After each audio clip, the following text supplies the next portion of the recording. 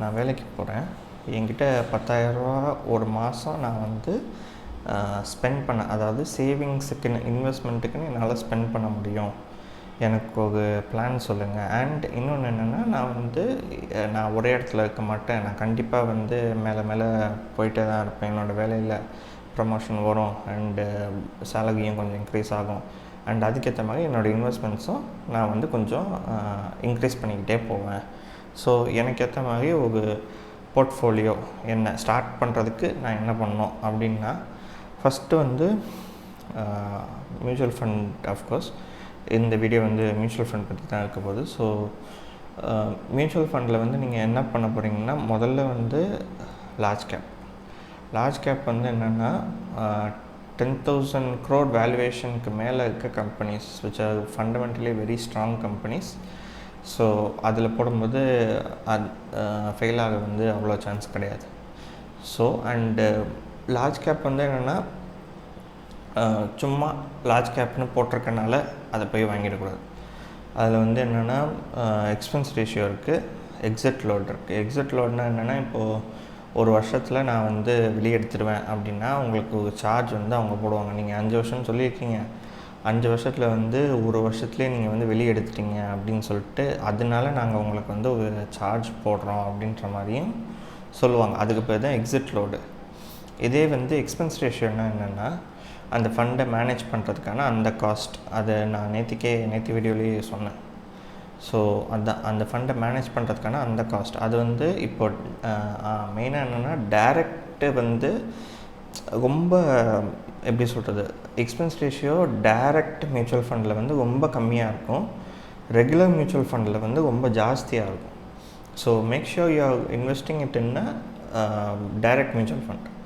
So அந்த ரெகுலரில் வந்து ஏன் ஜாஸ்தியாக இருக்குன்னா, நடுவில் வந்து ஒரு பர்சன் வந்து இருக்க மாட்டாங்க. டைரெக்டாக நீங்கள் வந்து ஏஎம்சிலேருந்து அசெட் மேனேஜ்மெண்ட் கம்பெனி, அது நான் உள்ளே போகல, அதை நான் இன்னொரு இதில் சொல்கிறேன்.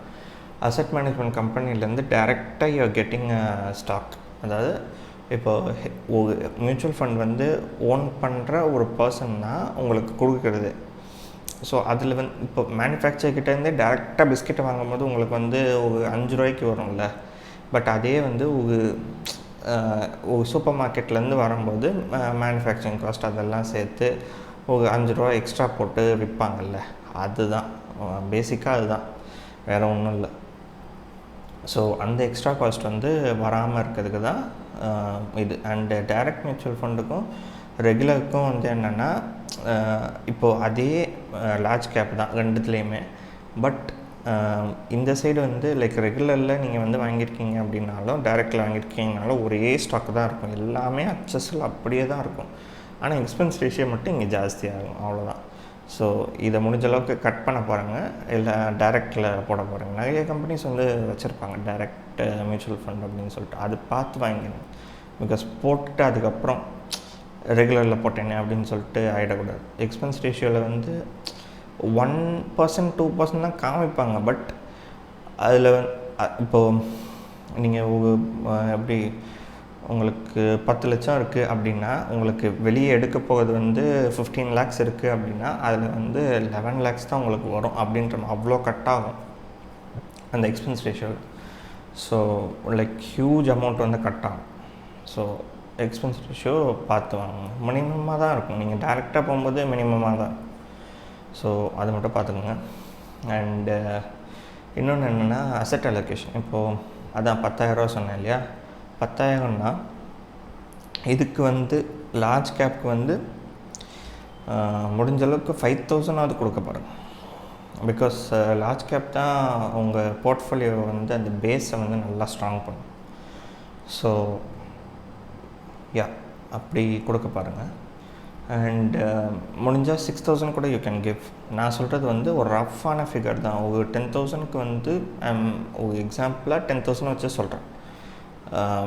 அதுதான் உங்களோட இதுன்னு கிடையாது. You can diversify it in that way. ஈஸியாக சொல்கிறதுக்கு சொல்கிறேன். இப்போ 10,000 வந்து 100%னா 50% வந்து கிவ் இட் டு லார்ஜ் கேப்னு சொல்கிறேன். அண்டு செகண்ட் வந்து என்னென்னா, try to invest in mid cap, multi cap, flexi fund. 3மே ஒன்று தான். ஸோ மல்டி கேப்பில் வந்து ரொம்ப ஸ்மால் கேப் வந்து நிறையா இருக்கான்னு பார்த்துட்டு லைக் நிறையா மல்டி கேப்பில் வந்து எல்லாமே இருக்கும். என்ன சொல்கிறது, லார்ஜ் கேப் இருக்கும், மிட் கேப் இருக்கும், ஸ்மால் கேப் இருக்கும். ஸோ அதை பாருங்கள். ரொம்ப நிறையா ஸ்மால் கேப் கம்பெனிஸ் இருக்கா அப்படின்னு சொல்லிட்டு இருந்தால் it is better to avoid when you are starting. So அதுக்கப்புறம் நீங்கள் ரிசர்ச் எல்லாம் பண்ணிவிட்டு இஃப் யூ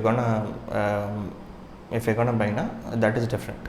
பட் ஸ்டார்ட் பண்ணும்போது it's not advisable. So I am not advising. இது எல்லாருமே சொல்லுவாங்க, I am not advising, I am not any SEBI registered investor and all. எதுக்கும் பயமாக இருக்குல்ல, வீடியோவில் சொல்லிடுறேன். What I am telling what I do, I am telling you what I know, அவ்வளோதான். ஓகேவா? ஸோ அண்ட் ஆஃப்டர் தட் வந்து 6,000 அண்ட் இதில் வந்து ஒரு 2 or 3,000 அந்த மாதிரி கொடுக்க பாருங்கள். 20 or 30% இதில் கொடுக்குற மாதிரி. And now hero of the session அப்படின்னா இட் இஸ் ஸ்மால் கேப் தான். ஏன்னா அவன் தான் நிறையா ரிட்டர்ன் கொடுப்பான். ஸோ அவனை வந்து அவாய்ட் பண்ணக்கூடாது. ஆனால் லைக் அவன் தான் காலையும் கடிப்பான், ஆனால் அவன் ஒரு மாதிரி நல்ல க்ரோத்தையும் கொடுப்பான், யோசிக்கவே முடியாது. ஸோ அந்த மாதிரி. ஸோ அவனை வந்து வாங்கும்போது நம்ம வந்து ஒரு 10% or 20% அந்த மாதிரி கொடுக்கலாம். அதாவது 2,000 இல்லைனா 1,000 ரூபா மட்டும் அதுக்கு கொடுக்கலாம். நான் வந்து கொஞ்சம் சேஃப் பிளேயர். ஸோ அதனால் நான் ஒரு 500 தான் கொடுத்துருக்கேன் அதில். ஸோ நான் சொன்ன மாதிரி நான் வந்து மாதம் ஒரு 10,000 அந்த மாதிரி நான் முன்னாடி போட்டு வந்தேன். இப்போது லைக் என்னோடய ஃபைனான்ஷியல் சுச்சுவேஷன் சரியில்லை. ஸோ அதை நான் 10,000க்கு நான் வந்து போடலை. I have reduced it to 5,000. So அந்த மாதிரி. ஸோ அண்ட் இன்னொன்று என்ன சொன்னேன், ஸ்மால் கேப் வந்து don't try to keep it more than mid cap or large cap. Because அது போச்சுன்னா மற்றதும் அடி வாங்குற மாதிரி ஆகும். லைக் ரிட்டர்ன்ஸ் வந்து சரியாக வராது. ஸோ லைக் ஸ்மால் கேப்பில் வந்து லைக் உங்களோட ஸ்மால் கேப்பில் வந்து நான் என்னோடய சைக்காலஜி சொல்கிறேன். இப்போது ஸ்மால் கேப்பில் வந்து நான் போடுறேன்னா அந்த காசு வந்து போனாலும் பரவாயில்ல அப்படின்ற மாதிரி அந்த மைண்ட் செட்டில் தான் நான் போடுவேன். அது ரொம்ப ரிஸ்க்குன்னெலாம் சொல்ல முடியாது, but it is quite risky தான். ஸோ அது மட்டும் பார்த்துக்கோங்க. அண்டு அந்த காசும் போனாலும் பரவாயில்ல அப்படின்ற அந்த மைண்ட் செட்டில் தான் நான் போடுவேன். ஸோ அந்த மாதிரியான ஃபண்ட்ஸ் வந்து நீங்கள் பார்க் பண்ணுறீங்களா, வெல் அண்ட் குட். ஸோ ஒன்றும் பிரச்சனை இருக்காது. அண்ட் இன்னொன்று என்ன, ஃப்ராட்ஸ் பற்றி சொன்னோன்னு, ஒரு வேளை உங்களுக்கு வந்து ஃப்ராட் ஆகிற மாதிரி ஃபெயில் ஆச்சுன்னா வேறு. ஃபெயில் வந்து மல்டிபிள் ரீசன்ஸ்னால ஆகும், அது நான் சொல்லிட்டேன் ப்ரீவியஸ் வீடியோவில். பட் ஃப்ராடுன்னா என்னென்னா, எக்ஸாம்பிள் அந்த துணிவு படம் தான், அதில் சொல்கிறது தான். அது ஸ்கேம் பண்ணுறதுக்குன்னே அந்த ஃபண்ட் எடுத்து பண்ணாங்க. ஸோ உங்களுக்கு வந்து ஸ்கேம் ஆகுது அப்படின்ற மாதிரி ஏதாவது டவுட் வந்ததுன்னா டைரெக்டாக கால் தி அசெட் மேனேஜ்மெண்ட் கம்பெனி. உங்களுக்கு யார் ஃபண்டு கொடுத்தாங்களோ அவங்களுக்கு டைரெக்டாக கால் பண்ணிடுங்க. கால் பண்ணி எனக்கு இந்த மாதிரி இருக்குது, இந்த ஃபண்டை பற்றி எனக்கு டீட்டெயில்ஸ் அனுப்புங்க அப்படின்னு சொல்லிட்டு சொல்லுவாங்க. நியாயமான பிஸ்னஸாக இருந்தால் அவங்க வந்து உங்களுக்கு திருப்பி அனுப்புவாங்க எல்லாத்தையுமே. லைக் இந்த ஃபண்ட் வந்து இப்படி அப்படின்னு சொல்லிட்டு எல்லாத்தையுமே அனுப்புவாங்க.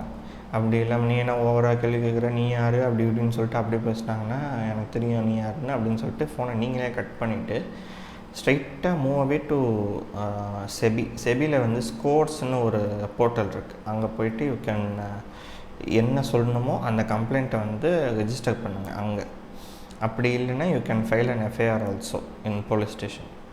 அண்டு இன்னொன்று என்ன, பேங்கிங் ஆம்பட்ஸ்மேன் போகலான்னு நினைக்கிறேன், பட்டு கன்ஃபார்மாக தெரில. அது மட்டும் எனக்கு கன்ஃபார்மாக தெரில. பார்த்த வரைக்கும் போகலாம் அப்படின்ற மாதிரி தான் போட்டிருந்தது, but I am not sure of it. So அதை பற்றி எனக்கு தெரில. அண்ட் ஆம்ஃபின்னு ஒன்று இருக்குது, AMFI அப்படின்னு சொல்லிட்டு, அவங்கக்கிட்டேயும் யூ கேன் ரிப்போர்ட். ஸோ மெயினாக இந்த 3 மட்டும் வச்சுக்கோங்க. scores by SEBI, SCORES by SEBI, and filing an FIR, and consult a lawyer. அதுவும் ஒரு லாயர் பார்த்து எனக்கு இந்த மாதிரி இருக்குது, இப்படி ஆகியிருக்கு, நான் முடிஞ்ச அளவுக்கு கரெக்டாக தான் இருக்க பார்த்தேன், பட் எனக்கு இப்படி ஆகிருக்கு, இதுக்கு ஏதாவது சொல்யூஷன் கொடுக்க முடியுமான்னு அவங்கள்ட்டையும் கேளுங்க. அண்டு இன்னொன்று என்ன லாஸ்ட்டாக வந்து 4th பாயிண்ட் என்னமோ சொன்னேன்னே, இதுக்கு தான் நோட்ஸ் எடுத்து வச்சுருக்கேன். Wait. Contact the mutual fund document everything cheese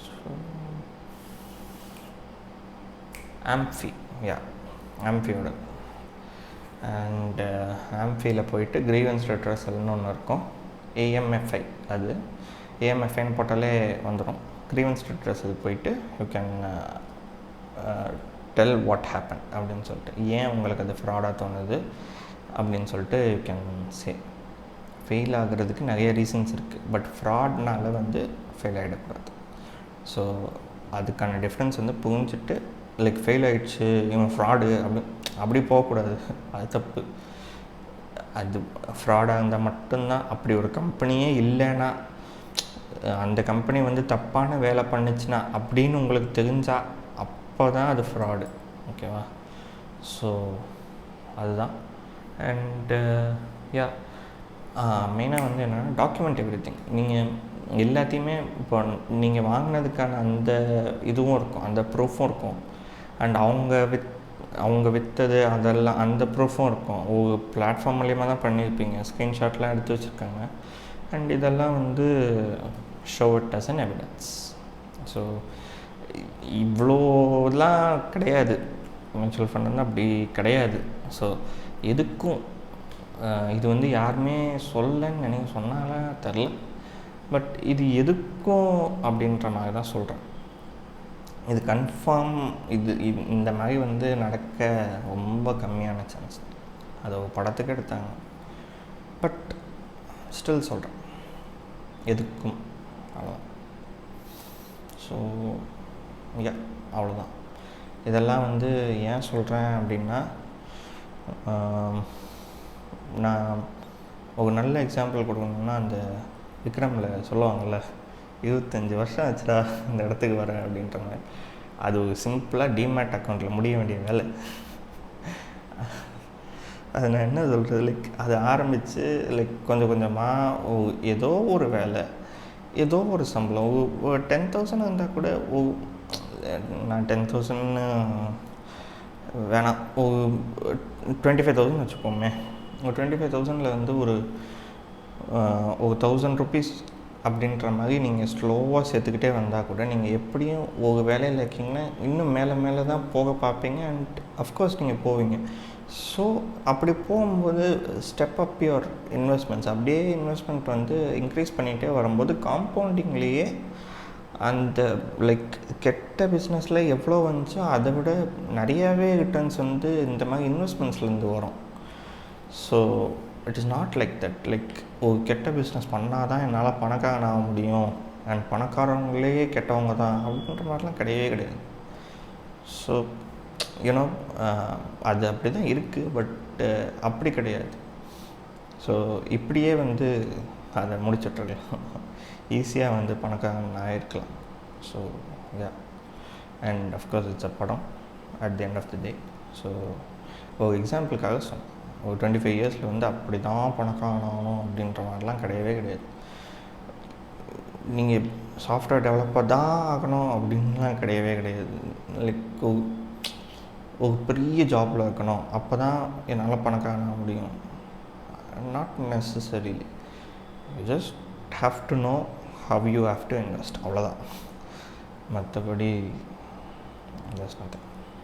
so that's it guys, mutual funds அவ்வளோதான். And I'll try to bring another video for small cases. But அதை திருப்பி சொல்லலாமா என்னன்னு தெரில. லெட் மீ நோ இந்த கமெண்ட்ஸ், கொடுக்கலாமா வேணாமா, I'll give it. So that's it. Thanks guys.